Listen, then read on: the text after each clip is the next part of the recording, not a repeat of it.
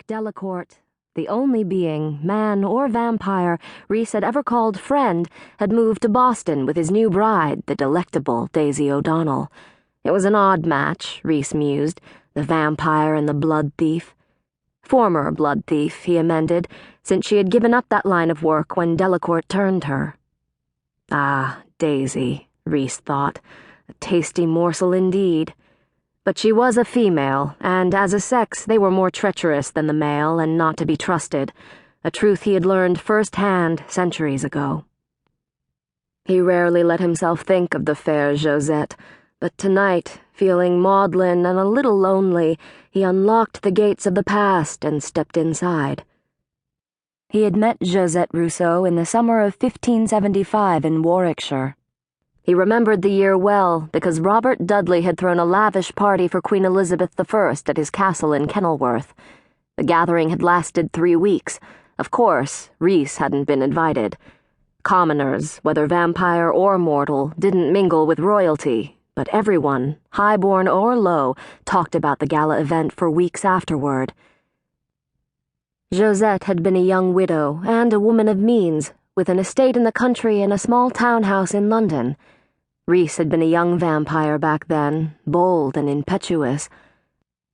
One look at Josette's clear porcelain skin and sparkling blue eyes and he had been hopelessly smitten. He could have mesmerized her and made her want him, but it hadn't been necessary. The attraction between them had been instantaneous and impossible to ignore.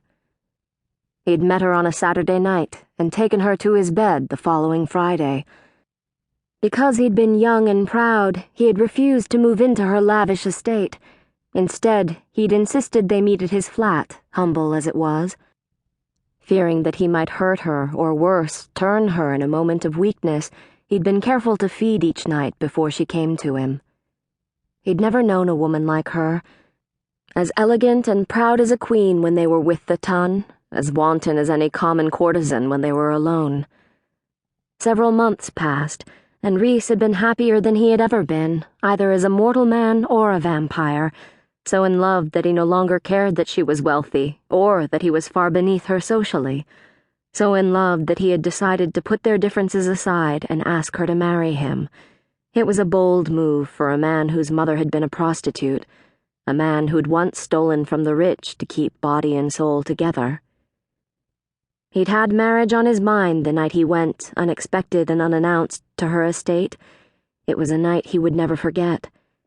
Expecting to find his lady love in her bedroom dressing for dinner, he had floated up to her second-floor window, thinking how surprised she would be to see him at such an early hour. The surprise had been his.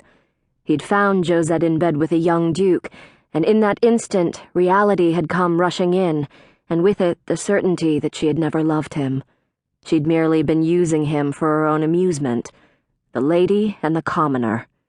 Fueled by rage and a sense of betrayal beyond words, he had killed the young man. Deaf to Josette's cries for forgiveness, unmoved by her incoherent pleas for mercy, Rhys had let her see him for the monster that he was. Her terror had driven him over the edge.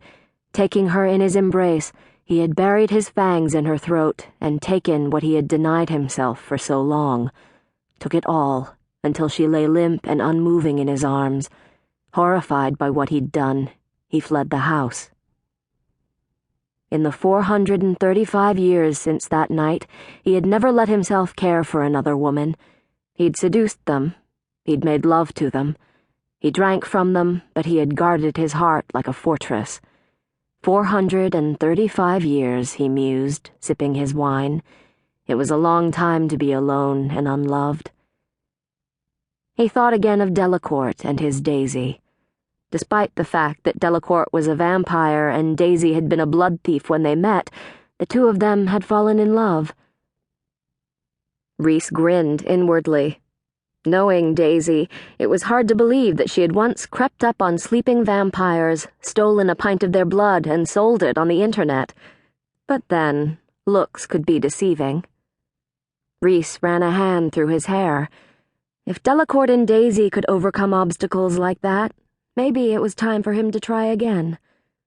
Rhys snorted softly. What the hell was he thinking?